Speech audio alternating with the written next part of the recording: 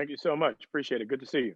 Yeah, good to see you. Anthony, my first question is for you. When you first read this script, what did you think about this character? Because I immediately got hints of Kovac from Altered Carbon in this character. So what Mm. excited you about playing this cyborg esque person? It was the idea of Training Day. When I read the script, I saw Training Day. I loved. It's one of my favorite movies. How Denzel was able to manipulate Ethan Hawke into, the reality and the situation that he wanted to put him in. And as a black man, every day I ask myself, is it our job to affect change, or Mhm. to walk out and be affected by the change that's around us?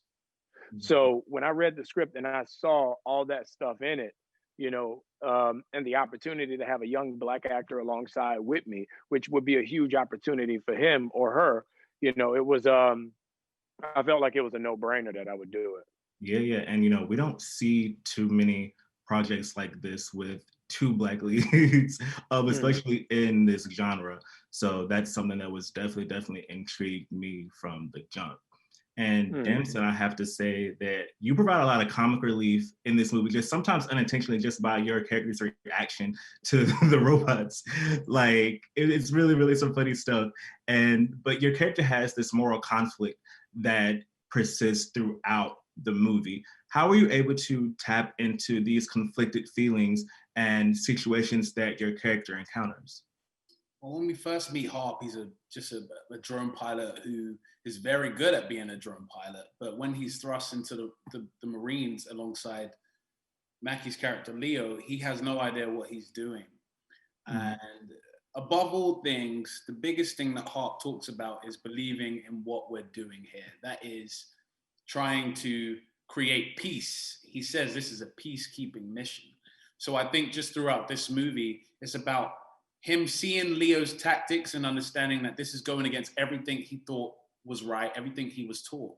And that's why we finally get to the outcome of the ending.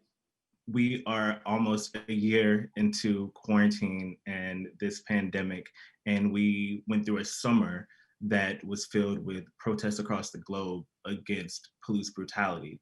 And this has affected sort of trickle down change in Hollywood as well. And I'm wondering, actors and people below the line all coming forward and being like, oh, since this happened to me, or people are feeling the need to tell their stories about things that have happened to them in the industry. And I want to ask, do you all think that the pandemic is an opportunity for Hollywood systems to change for the better, or do you think that things may continue to get worse before they do get better? Well, I think if you just simply look at the number of people who have been hired in positions of power in Hollywood recently that are people of color and women, that everyone's speaking out, and the outrage we felt as a country has been heard, which is so great to see.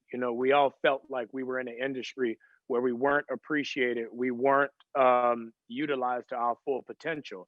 Now you look at it, and you have all these women who are now in positions of power. So that's going to give young women an opportunity. You have all these people of color who are now in positions of power. So that's going to give people of color an opportunity. So it's really, Hollywood is like investing in the stock market. If you put all your money in one basket, most likely you're going to lose. But if you diversify your portfolio, you have an opportunity to win while you're losing. And that balances out. And that's all we want is balance.